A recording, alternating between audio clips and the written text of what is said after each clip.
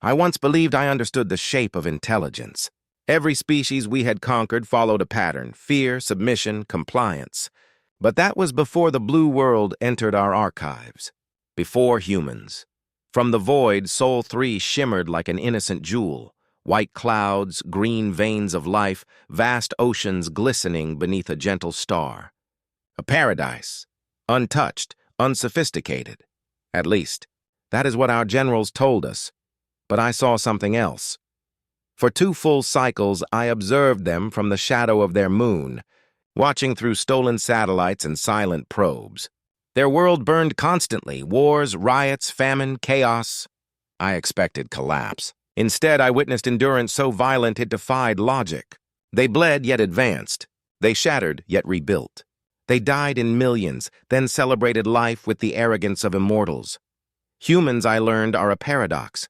They kill over dust, symbols, and sounds. Yet they also leap into fire for strangers they will never meet. They fear everything: death, loneliness, the dark, yet face all 3 with a courage no data model could predict. We in the Empire laughed at their contradictions. Primitive, the Council said. Divided, the fleet commanders sneered. Ignorant, our scholars concluded. But I watched their history. I watched them split atoms, then weep over the aftermath. I watched them carve machines that reached for their star, then argue over who should ride them. I watched them drown entire cities, then rebuild on the same doomed shorelines, daring nature to try again. Why? What force compels a fragile species to defy inevitability? Hope. The word repeated itself in their literature, their speeches, their final breaths. Hope drove them. Hope armed them, and beneath that hope, something older waited. Coiled, silent, patient. They were not peaceful. They were merely restrained. The Council ignored my warnings. The invasion vote passed in a single chime. The Empire hungered for resources. Sol 3 would be stripped and catalogued like all the rest. The admirals joked that humanity would not survive a single lunar cycle of resistance. But I had seen the hunter hiding behind their eyes. I had seen the scars of a species that refused extinction not once, but countless times. Every disaster that should have ended them only sharpened their edge. Still, the fleets launched. 50 armadas descending upon a world that did not yet know monsters were real. Humanity slept beneath their blue sky, unaware that judgment approached on burning thrusters. I remember staring at the live feed, humans laughing, arguing, loving, dreaming, while our ships cast shadows over their moon. For the first time in my service, I felt something forbidden. Doubt, because I suddenly understood. A terrible truth the Council would not see. This would not be a conquest, it would be an awakening, and when humans finally looked up and saw us, really saw us, I feared the moment they would stop. Pretending to be civilized, the invasion began at dawn. And nothing in the galaxy would ever be the same again. The fleet announced itself the way conquerors always do, with iron and light. 500 hulls moved like a knife through the dark, a calibrated arrogance that had felled empires older than our memory. We placed our banners across their night, turned their moons into mirrors, and pushed our voice into every frequency their fragile instruments could register. Kneel, and you may survive. Simple, efficient, delivered in their tongues, accents, and local cadences. Our linguists had spent seasons perfecting the cadence that would sound least alien, least monstrous. The command wanted compliance, not spectacle. The broadcast was clinical: terms, quotas, borders, and consequences. Submit, we said, and the fees of empire would be light. They did not kneel. What I expected, the shiver of panic, the immediate fracture into bargaining and defeat, did not arrive. Instead, I watched them look at our message like children who had been told an insult. Not fear, not supplication, outrage, impatience, laughter in some pockets. Their leaders argued yes, but for hours, not weeks. Cabinets that would likely implode under domestic pressure found brittle speed. Militias, formerly adrift, synchronized. Navies reformed patrols. The engineers, those delicate, obsessive creatures who shape matter into dreams, worked as if the sky itself had become a deadline. For all our assumptions about their politics and petty divisions, Something else braided them together in that first frantic day. A single pulse of response. Raw and immediate. The first shot we recorded did not come from a national fleet or a coordinated defense array. It came from a battered cockpit, the metal of an antiquated fighter creaking like the bones of an old animal. The pilot had no chance on paper. His radar blip was a mosquito against our long-range sensors. He had no stealth, no orbital support, no hope of crossing our shields. He had faith, but faith had never been a valued metric in our war rooms. He climbed through weather that should have clipped him, through cloud and static, through the noise of 1,000 algorithms that predicted his doom. He fired missiles designed for a different kind of fight at a target 100 meters long and 1,000 times faster. The missiles detonated against our shields with small, polite puffs of energy, cosmetic, irrelevant. He returned, reloaded, and came back again. Every sortie was a lesson in futility and a sermon in defiance. We destroyed him. We did what was efficient and necessary. Our weapons do not gloat. They obey orders. Yet the aftermath was not silence. It was a chorus. They named him a hero. They made him myth in hours. Images of his battered plane spread like a virus across their networks. A face, a flight suit, a burnt wing. Children painted his silhouette. In places where we had expected panic, they cleared streets and left flowers. In the underbelly of a world we had labeled chaotic, they created a monument overnight. That reaction, ritualized, public, immediate, was the first crack in our certainty. Our strategists recalibrated. Perhaps they said this was still theater. Perhaps hero worship is merely emotional noise before the inevitable submission. But as the first ground forces kissed their soils, as our boots made the signatures we had practiced on unresisting worlds, their response hardened into form. They did not scatter. They hunted, not in a chaotic improvisational way, not as undisciplined mobs. They hunted as if the hunt had been taught to them for millennia, from the alleys of their oldest cities to the broken rails where children played. Civilians turned into trackers. Mechanics became demolitions. Nurses became field medics with hands that moved like prayers. The old, the young, and the educated turned their anger into instruction. Resistance mapped itself along convergences we had not expected, supply lines, resupply convoys, relay points we had thought secure. The humans discovered our blind spots and named them. Our tactical models, honed on species that fled or capitulated, failed to account for a culture where shame at captivity was often worse than death. They feared chains more than endings. Slavery, the thought of becoming the subject of another's will, was, for them, a terror that infected the mind deeper than the instinctual fear of death. Where other species conserve resources and prolong life at all costs, humanity sometimes chose annihilation over subjugation. That difference was not trivial. It was evolutionary. Our council scoffed. "They are predictable," the admiral said, and redrew maps with ink made of arrogance. "They are not coordinated. They have no cosmic reach. They planned landings, blockades, and puppet governments. They measured the problem as a resource deficit and an administrative irritation. We made a mistake in that measurement. We measured them by what was visible: politics, poverty, and weaponry. We failed to measure what made them dangerous: an ancestral memory of being hunted, chased, and forced to fight for every scrap of existence.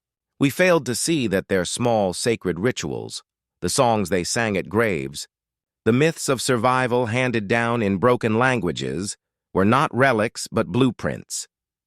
When our first commanders boasted of cleaning up the population centers, we misread the ripple. We read funerals, not funerary armies. We mistook stubbornness for breakdown. In the days that followed, the invaders began to notice patterns. Convoys intercepted by teenagers who had learned to read satellite feedouts, sabotage networks that isolated entire carrier groups, a silence that swallowed our probes when they crossed human thresholds. The more we crushed, the more precise they became. And when the first broadcast came, not a roar, not a plea, but a voice speaking for an entire species, we understood the scale of our error. "If you want our world," it said, "come take it." The words were not a surrender. They were a promise. From the bridge of our flagship, As sensors reported rising flare counts and the map turned a color we had not predicted, I felt that old certainty fracture like ice under hot water. We had not come to conquer a people. We had come to wake a force. We believed the siege would be short. Earth was a young world, barely unified, fractured by borders, ideologies, tribes, and governments. They were not like the great empires we had conquered across the Orion Arm. Humanity was divided, loud, irrational, emotional. We mistook those traits for weakness. That was our first strategic error. We blockaded their orbit and shut down their satellites, their stations, and their moon bases. We ignited their shipyards from above and turned their orbital defense grid to drifting slag. Within the first 11 days, their skies belonged to us. We announced our dominance on all frequencies and demanded global surrender. They responded with silence. Then, without warning, they struck, not at our ships, but at our expectations. Earth's resistance began in every direction at once: cyber attacks, signal interference, improvised weapons, and guerrilla strikes against our landing zones. Random, chaotic, illogical.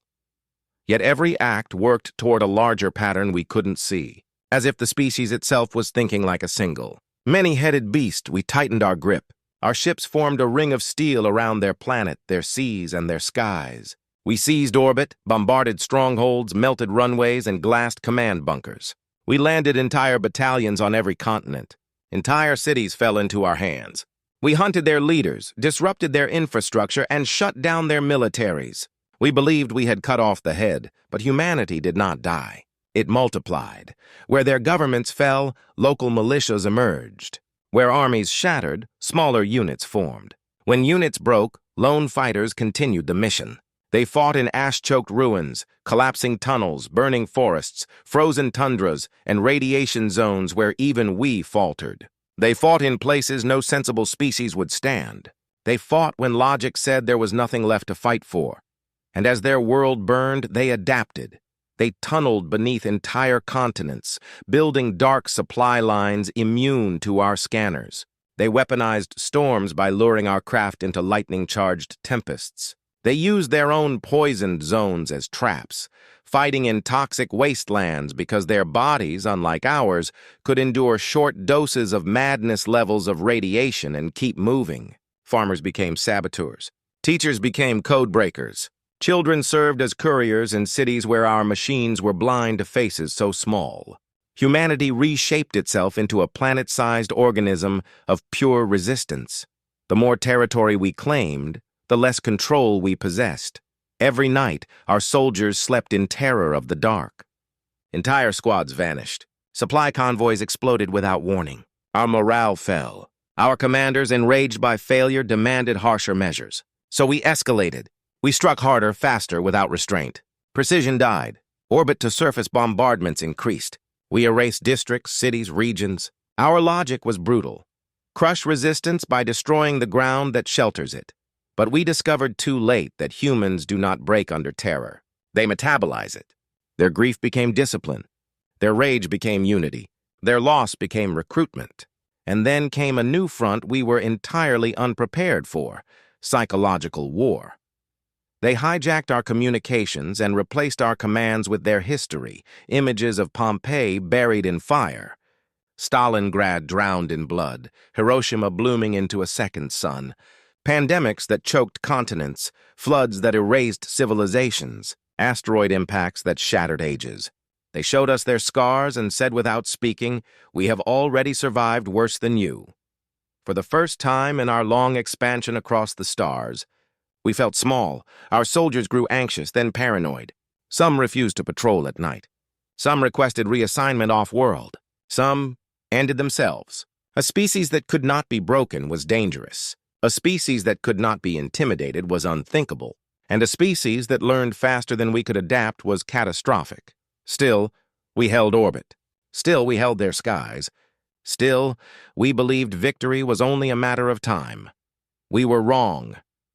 Because at the peak of the siege, when humanity seemed cornered, starved, and exhausted, they sent us a message. Not a plea, not a surrender, not a threat. A warning. Their transmission reached every ship, every soldier, every command node in our fleet. 4 words, broadcast in flawless translation, spoken in a voice that was unmistakably human. Pull back. Last chance. The message came from no nation, no government, no single leader. It came from humanity as a whole. They were done reacting. They were about to act. And in that moment, we finally understood we had not besieged a planet. We had caged a predator. The transmission hit our networks like a spear of ice. Every screen, every visor display, every command slate flickered to black.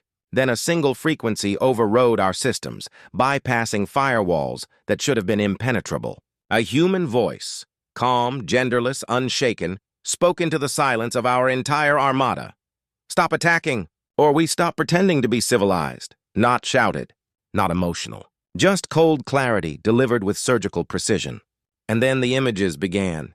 A vast hangar beneath an ocean trench, pressure shields glowing around rows of doomsday submarines, each one large enough to erase a continent.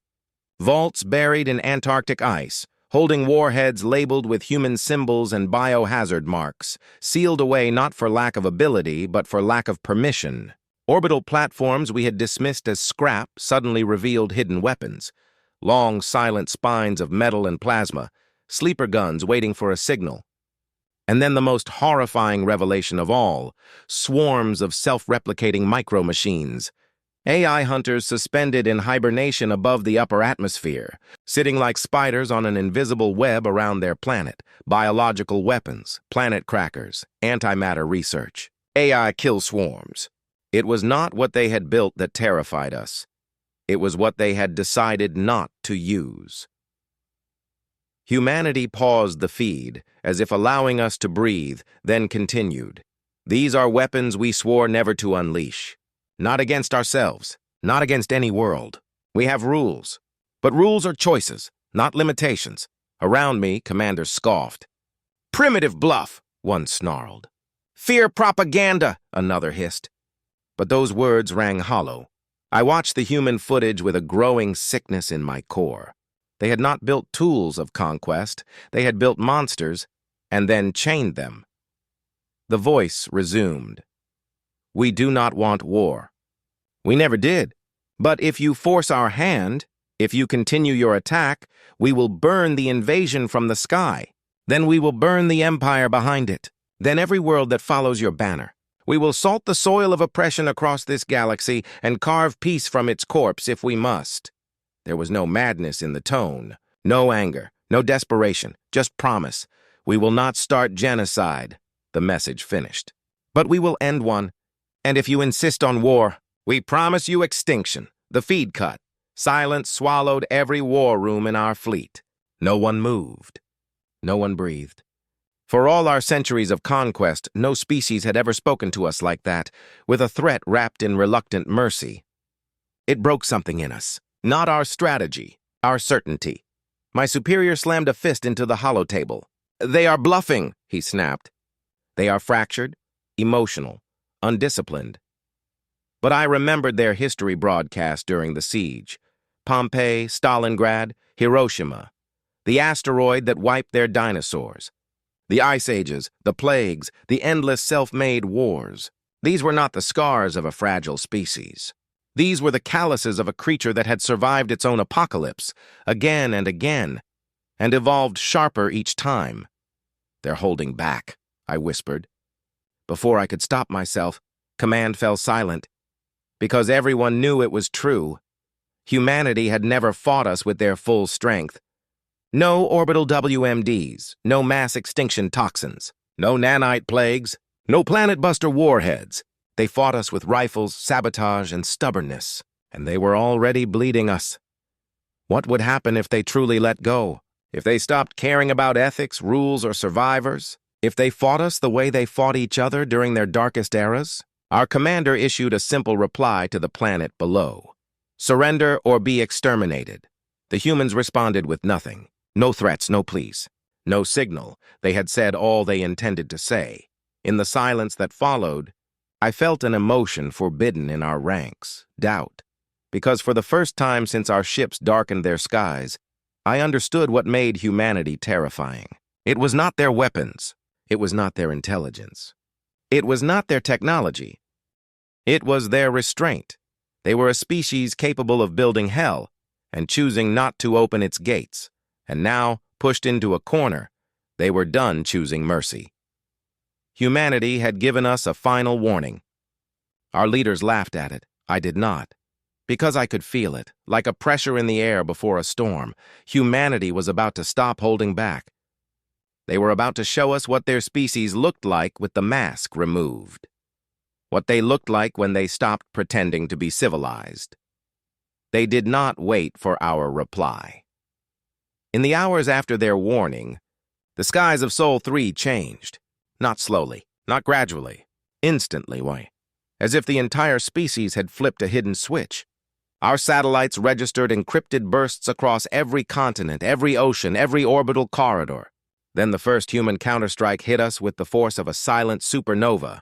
Our jammers, the same jammers that had crippled their communications during the first assault, suddenly went dark, offline without explosion, without sabotage, without trace. Human code had burrowed into our systems through frequencies we believed mathematically impossible to exploit. One by one, our orbital blindfolds fell away, and with them fell the illusion that we still controlled the battlefield. Their fleets emerged next, not as scattered pockets of resistance, but as a synchronized machine. Drone swarms poured from bunkers we hadn't even detected. Stealth craft, shielded by their planet's electromagnetic storms, rose like wraiths through cloud cover. And then came the human strike teams, breaching our carriers not with brute force, but with surgical infiltration. Hangars went silent. Bridges went dark. Entire dreadnoughts drifted without firing a shot, controlled not by us, but by human hands from light seconds away. They didn't challenge us ship to ship. They bypassed the concept of battle entirely. They went for our nerves, our arteries, our lungs. Fuel depots detonated in synchronized blossoms of flame.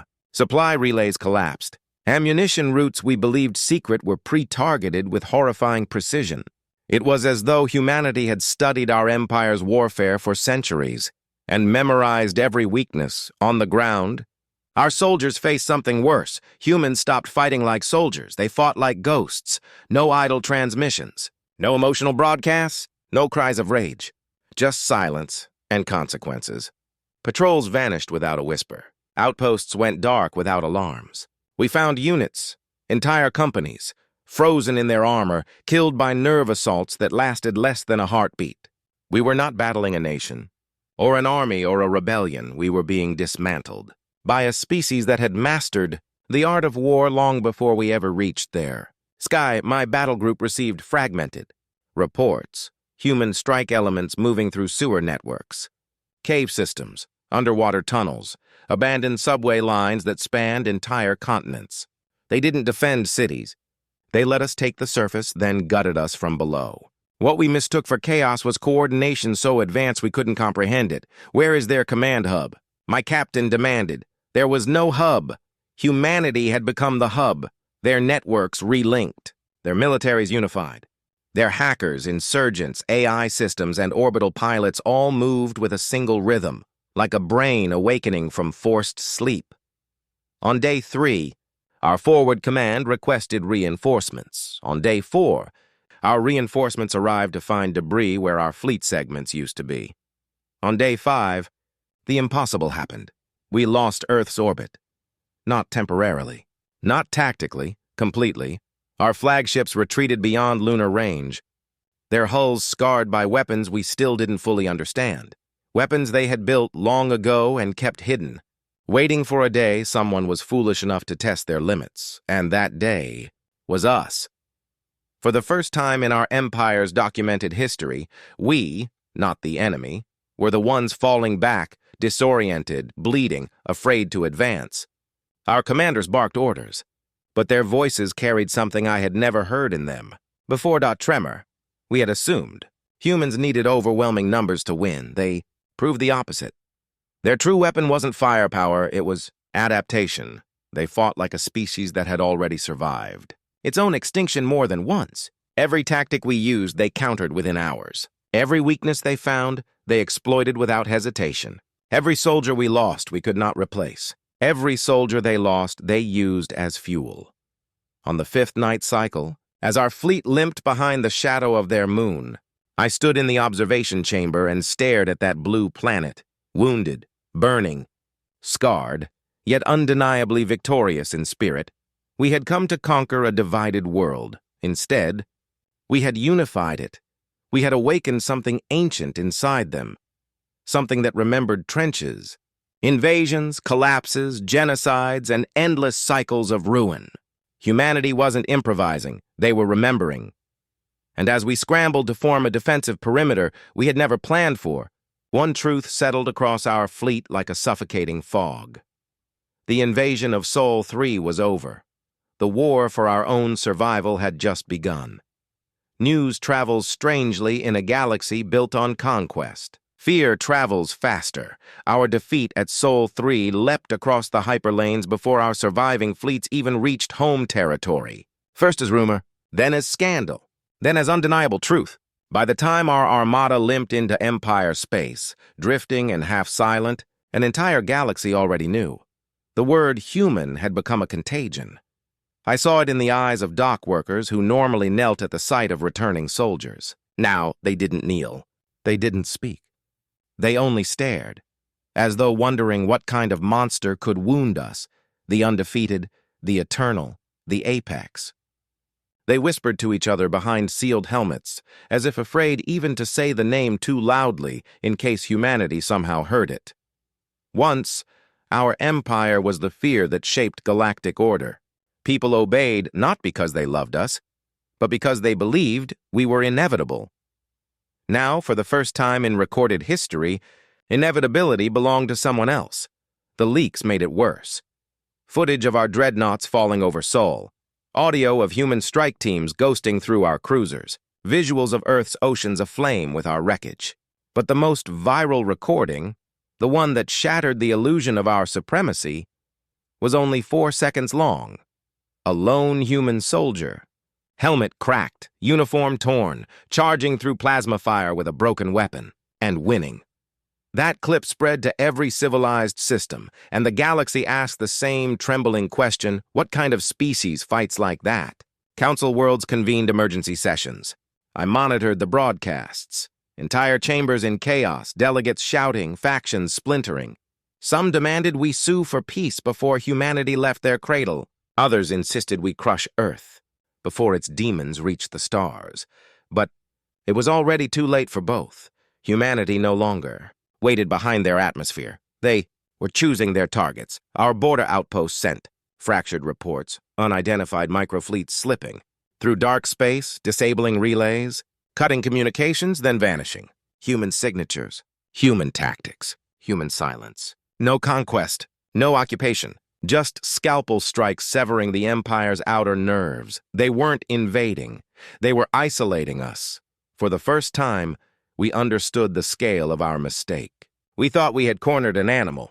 Instead, we had trespassed into the den of an apex predator that had been suppressing its instincts for the sake of its own civilization.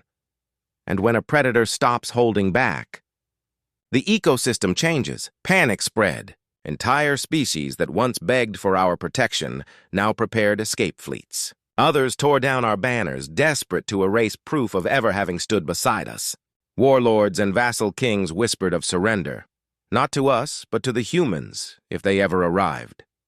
Our empire still held its fleets, its armies, its weapons, but something more important had collapsed. Our myth. We had ruled through fear, and humanity had shattered that currency in 5 days. In the megacities of the core worlds, graffiti appeared. Primitive strokes in human standard. They were afraid of humans. And they were fascinated. Students studied human wars in secret. Militias copied human resistance tactics. Philosophers called them the Reckoners, a species evolution had built specifically to balance cosmic arrogance. And beneath every debate, every rumor, every sleepless night on every world, lay a single paralyzing truth none dared to speak aloud. If this is humanity cornered, what are they when unleashed? For the first time in my life, I felt it too. The tremor, the doubt, the tightening in the chest that no armor could hide. I had watched humans fight. I had seen the look in their eyes. Not hatred, not bloodlust. Purpose. They fought with a clarity no empire could command, no slave soldier could imitate, no code could erase. Their will was not an algorithm. It was identity. We returned to the throne world, where the High Council waited in a circle of cold obsidian.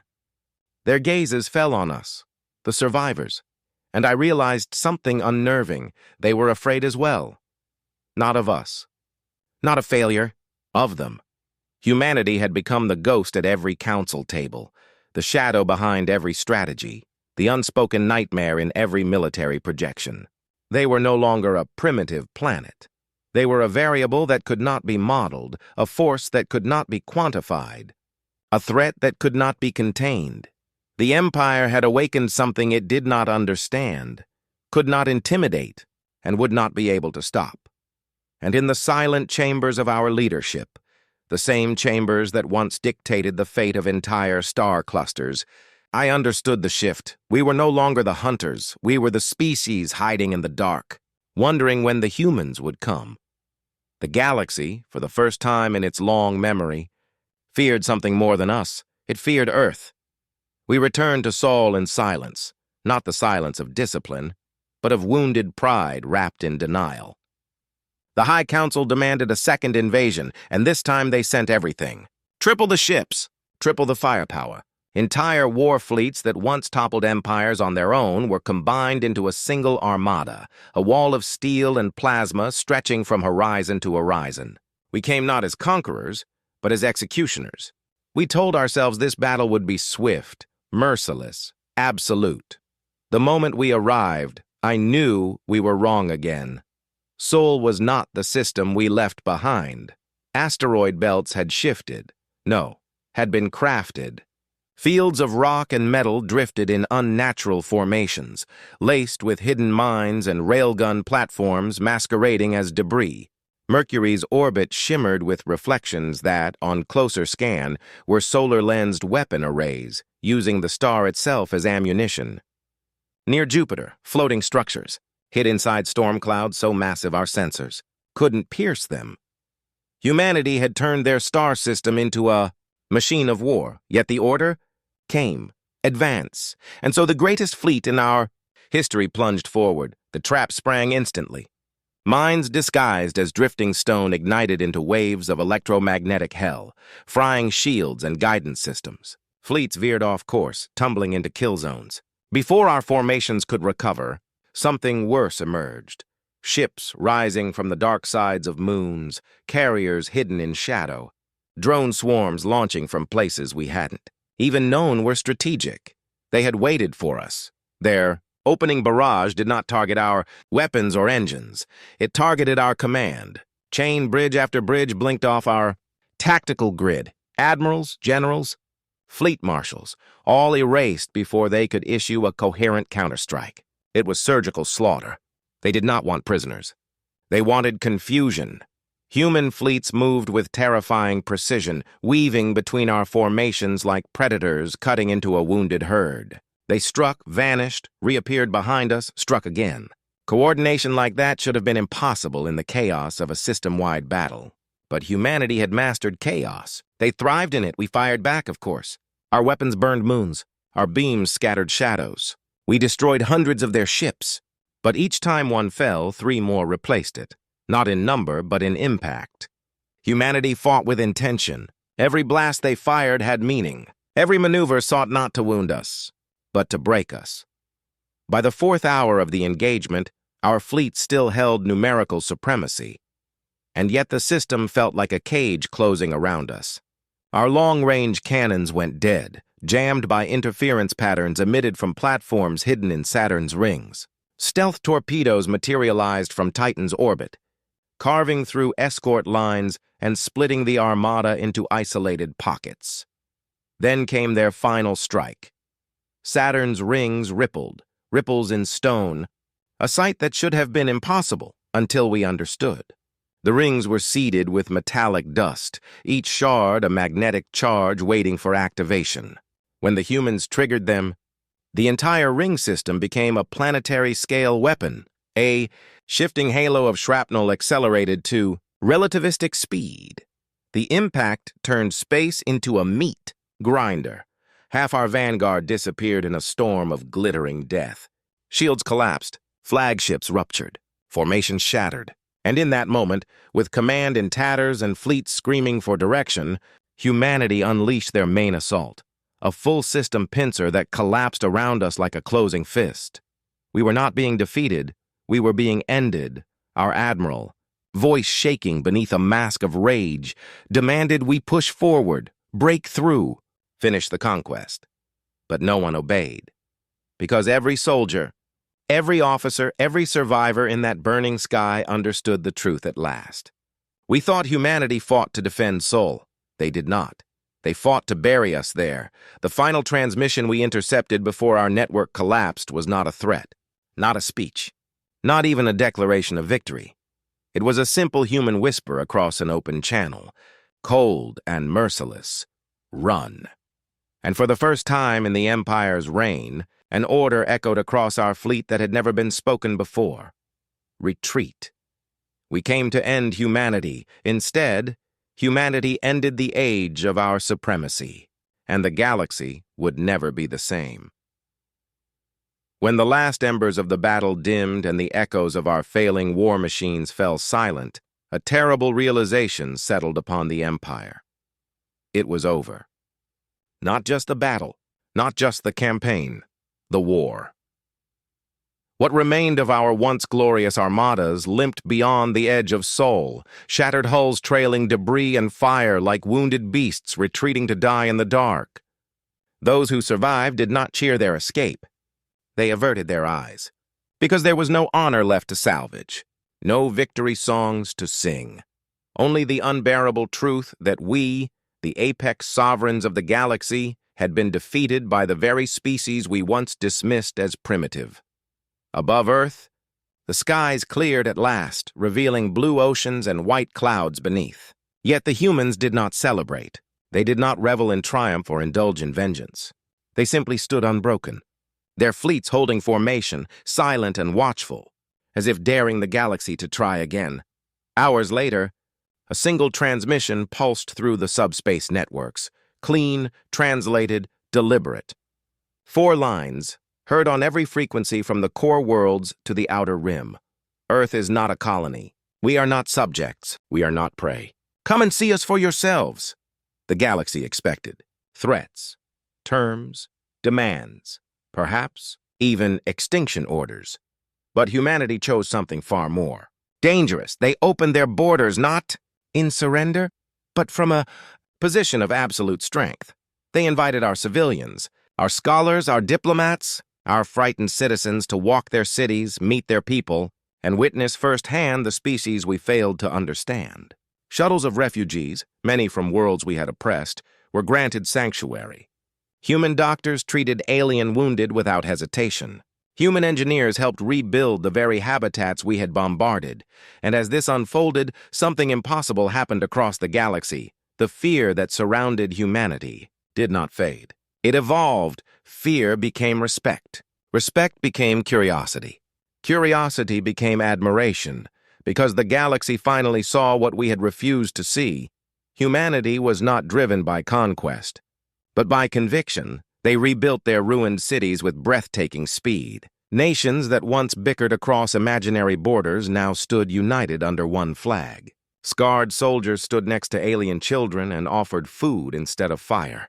Humanity's message was clear, spoken not through speeches but through action. We do not seek to rule the stars, but we will never kneel beneath them. In the Imperial Council chambers, silence hung heavier than any verdict. For thousands of years, we had defined strength as control, dominance, obedience.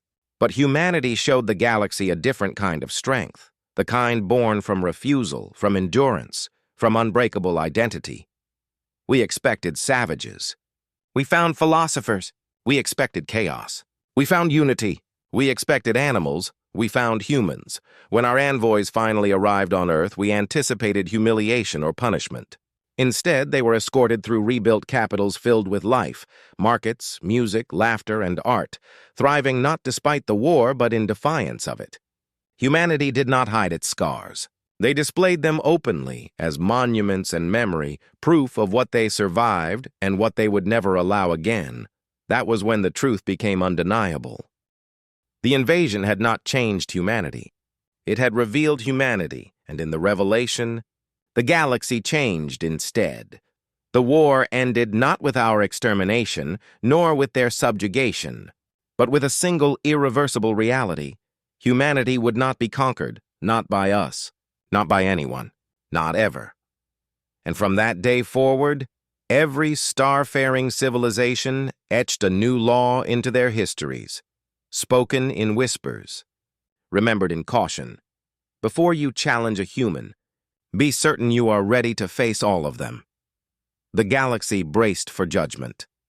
When the war ended, when humanity stood unmatched and our empire lay crippled, every world, friend and foe alike, waited for the inevitable. They expected the Terrans to descend upon us in righteous fury, to reduce our throne worlds to molten glass, to carve our flags from the stars and erase our legacy forever. By every ancient law of conquest, by every precedent set in the blood-soaked history of empires, humanity had earned the right to destroy us. Many even hoped for it. Old enemies we had subjugated watched eagerly, praying that humanity would finish what they never could. The total annihilation of the empire. For weeks we waited in terror, ready for the executioner's blade. But humanity did something no strategist, no historian, no conqueror in 1,000 generations ever predicted. They stayed their hand, not out of mercy, but out of principle.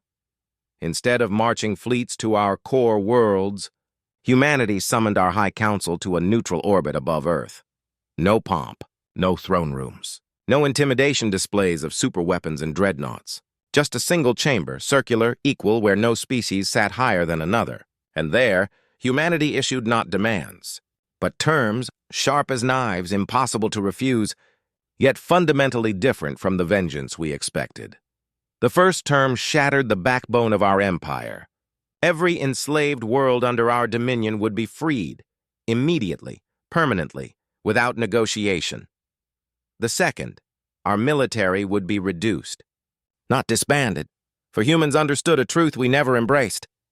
A galaxy without balance breeds only new tyrants. The third, a new council would rise, one not ruled by bloodline or conquest, but by representation. Every world, every species, every people, free to speak and free to choose.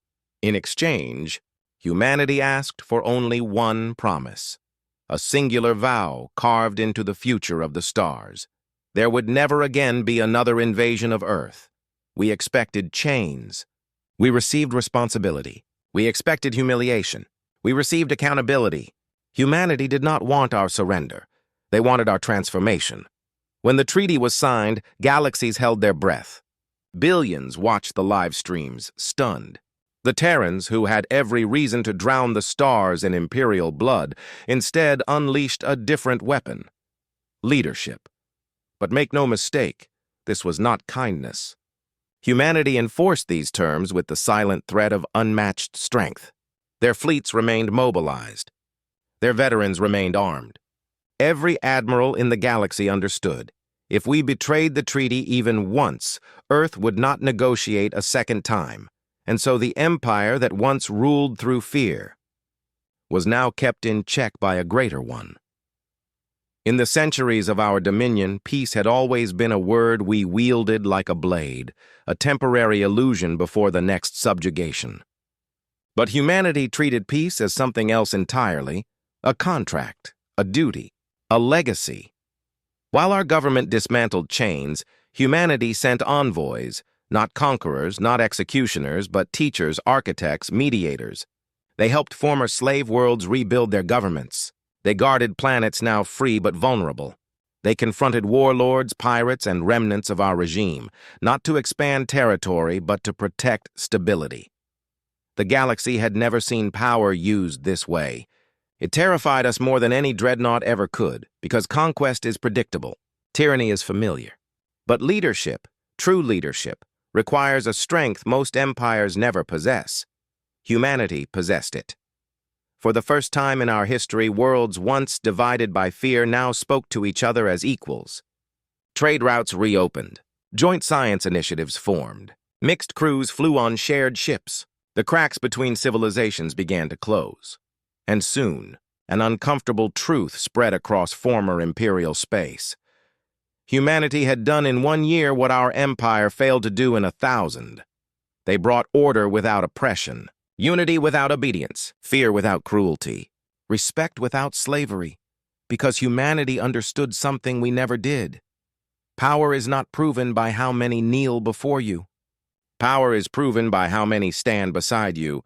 The decision that saved the galaxy was not made by their generals or admirals, but by their civilization itself. Humanity chose its identity, not as conquerors, not as saviors, but as participants in a galaxy they now had the strength to shape. And in doing so, they changed everything. We invaded them to break them. Instead, they remade us. Humanity had power, but they chose responsibility. And that choice, more than any battle or victory, is what made the Terrans truly unstoppable. The galaxy looks different now. Not in its stars, nor in its maps, but in its spirit. The corridors of power once echoed with threats, chains, and conquest. Now they vibrate with debate, rebuilding, and, unthinkably, hope. Entire civilizations once bracing for the next empire strike now speak aloud of futures longer than a generation. The age of fear has ended, and it ended because of them, humanity. The species we once dismissed as primitive, emotional, chaotic, and tragically mortal. The species we believed would shatter under the weight of invasion. Instead, they became something the galaxy had never seen before. Not rulers, not tyrants, not saviors, but guardians by choice. Unasked for, unwanted, unexpected, and yet undeniably necessary.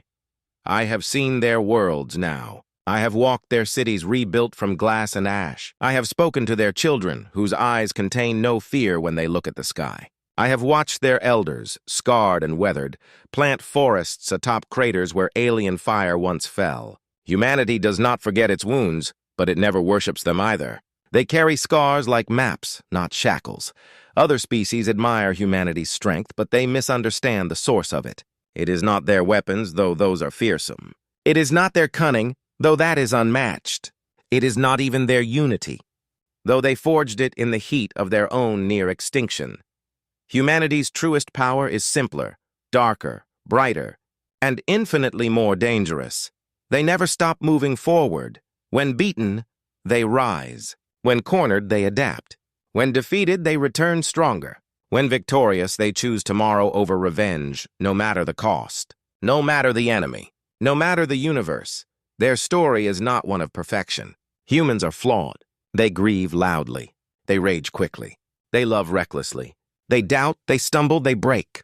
But unlike any species we have ever known, they rebuild themselves again and again and again, each time closer to who they want to be, and that future they reach. For the one they bleed and labor and fight toward is never just for themselves. It is for everyone who dares dream beside them.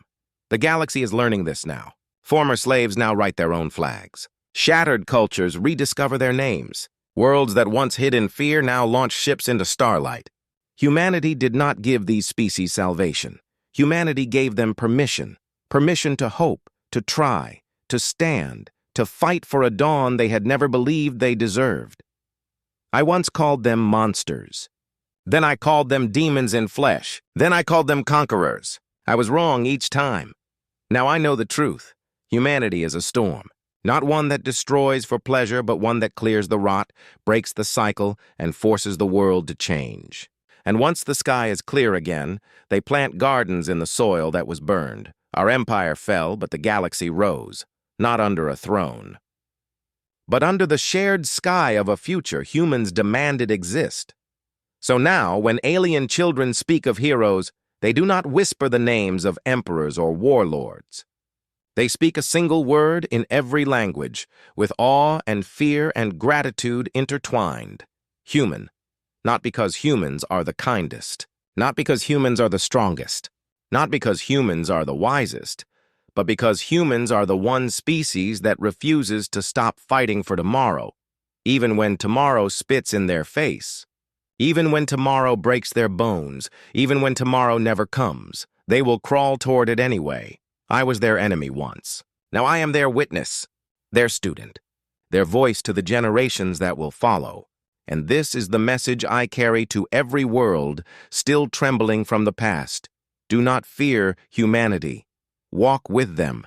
Because if ever the galaxy plunges into darkness again, if tyrants rise, if slavers return, if empires hunger for chains and blood, the humans will rise once more. Not for conquest, but for dawn. And in that final truth, I find peace. I end my record with the words that changed not just my life, but the fate of every star we know. We are not subjects. We are not prey. We are not conquered. We are humanity, and because they stand, so can we.